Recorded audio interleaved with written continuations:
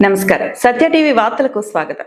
కృష్ణా జిల్లా గుడివాడలో ప్రజలు పోరాడి సాధించుకున్న బైపాస్ రోడ్డు కొందరు స్వార్థపరుల నిర్వాహకం వల్ల, అధికారుల నిర్లక్ష్యం వల్ల అధ్వానంగా మారుతోంది. ప్రజా ఉద్యమాలతో ఈ మధ్యనే నిర్మించిన ఈ రోడ్డు మార్జిన్లను కొందరు భూ కబ్జాదారులు, భవన నిర్మాణదారులు ప్లాస్టిక్ మరియు భవన వ్యర్థాలతో నింపేస్తున్నారు. మున్సిపల్ సిబ్బంది సైతం నిబంధనలకు విరుద్ధంగా డంపింగ్ యార్డుకు తీసుకెళ్లాల్సిన చెత్తను ఇక్కడే పారబోస్తున్నారనే ఆరోపణలు వెలువెత్తుతున్నాయి. దీనికి తోడు వ్యాపారులు రోడ్డు మార్జిన్లను ఆక్రమించి పాత లారీలు, కార్లు, సిమెంట్ రేకులు నిల్వ ఉంచడంతో వాహనదారుల రాకపోకలకు తీవ్ర అంతరాయం కలుగుతోంది. దీనిపై భవిష్యత్ భద్రతా దళం వ్యవస్థాపకులు వైవి మురళీకృష్ణ తీవ్ర ఆగ్రహం వ్యక్తం చేశారు. సంబంధిత అధికారులు తక్షణమే స్పందించాలని డిమాండ్ చేస్తున్నారు. గుడివాడ ప్రజలు ఎన్నో పోరాటాలు చేసి ప్రజా ఉద్యమాల ద్వారా సాధించుకున్న బైపాస్ రోడ్డు ఇప్పుడు కొందరి స్వార్థానికి బలైపోతోంది.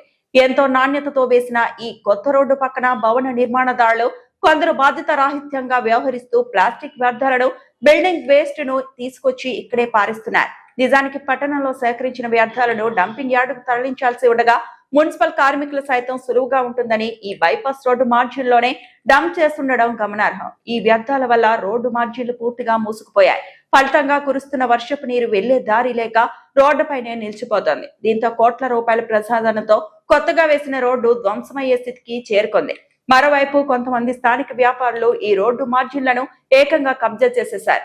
సిమెంట్ రేకులు, పాత ఇనుప సామాన్లు, స్క్రాప్ కార్లు, లారీలను రోడ్డు పక్కనే యథేచ్ఛగా పార్క్ చేస్తున్నారు. దీనివల్ల బైపాస్ రోడ్డుపై వెళ్లే వాహనదారులకు తీవ్ర అంతరాయం కలగడమే కాకుండా ప్రమాదాలు జరిగే అవకాశం ఉందంటూ స్థానికులు భయాందోళనలు వ్యక్తం చేస్తున్నారు.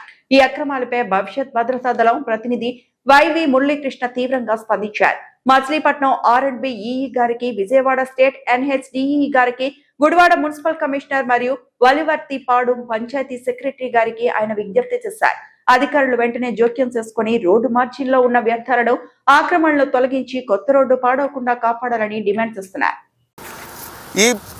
ఈ బైపాస్ రోడ్లో ముందుకెళ్ళిన కొందికి పాత సామానోళ్ళు, పాత కారులోళ్ళు, రేకులు అమ్ముకునే వాళ్ళు అందరూ రోడ్డు మీదకి వచ్చేసి మొత్తం రోడ్డుని ఆక్రమించేసుకున్నారు. లారీలు అక్కడ ముందుకెళ్తే చాలా కంజెస్టెడ్గా ఉంటుంది. ఇది రోడ్డు వేసింది వాళ్ళ కోసమా, ప్రజల కోసమా? ప్రజల వాహనాలు వెళ్తాక మొత్తం ఆక్రమించుకున్నారు. అటు వెళ్తేనేమో వ్యాపారస్తులు, ఇటు వస్తేనేమో మున్సిపాలిటీ వాళ్ళు ఈ చెత్త అంతా, ఊళ్ళో చెత్త అంతా తీసుకొచ్చి ఇక్కడ పోసి రోడ్డుని 3 నెలలు కూడా ముచ్చట కూడా తీరలా మాకు ఈ రోడ్డు మీద వెళ్తాకి మొత్తం చెత్త వేసి రోడ్డు అంతా ఆక్రమించారు. వాళ్ళ కోసం వేసినట్టుంది.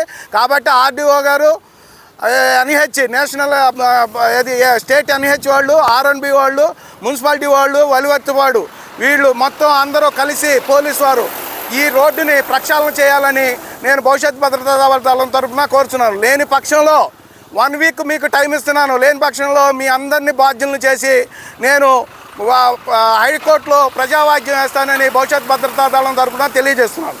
ఇక్కడ చూడండి ఒక్కసారి, ఈ ప్లాస్టిక్ మొత్తం ఆ చేలోకి వెళ్ళిపోతుంది. చేను నిండా ప్లాస్టిక్. ఆ రైతు ఏమైపోవాలి?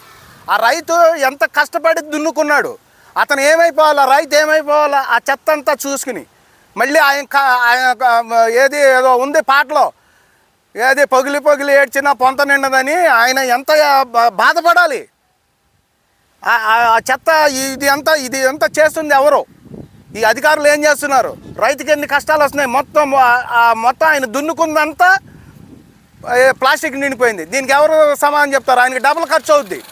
రైతు ఆత్మహత్య చేసుకున్నాడంటే మరి ఇటువంటి కార్యక్రమాలే తీసుకొచ్చి బంగారం లాంటి బైపాస్ రోడ్లో అవతల డంపింగ్ యార్డ్ వేయకుండా ఇది డంపింగ్ యార్డ్ చేశారు. అక్కడ డంపింగ్ యార్డ్ మొత్తం ప్రక్షాళన చేస్తున్నాము, స్వచ్ఛ గుడివాడ చేస్తున్నాము అని చెప్పి రాజకీయ వ్యాపారులు చెప్తారు. కానీ ఇదేంటి పరిస్థితి? ఇదంతా ఏంటి? ఇప్పుడే ఆయన ప్రజాప్రతినిధి వెళ్ళాడు చూసుకుంటా. ఎన్నిసార్లు వెళ్తాడు ఆయన? ఒకసారైనా దీన్ని ప్రక్షాళన చేశాడు ఆయన చూసి? ఈరోజు కూడా అధికారులతో మాట్లాడి ఇది తీసే ఇది ఏమన్నా వాళ్ళకి ఆదేశాలు వేసాడా? మా అందరికీ ప్రతినిధి అతను చేయాల్సింది మేము వచ్చి చేయాల్సిస్తున్నాం ఇక్కడ. కాబట్టి ఇప్పుడైనా సరే రాజకీయ వ్యాపారులు మీ వ్యాపారాలు పక్కన పెట్టి ప్రజాసేవలో నిమగ్నం అవ్వాలని భవిష్యత్ భద్రతా దళం తరఫున మేము మిమ్మల్ని కోరుతున్నాం. Thank you.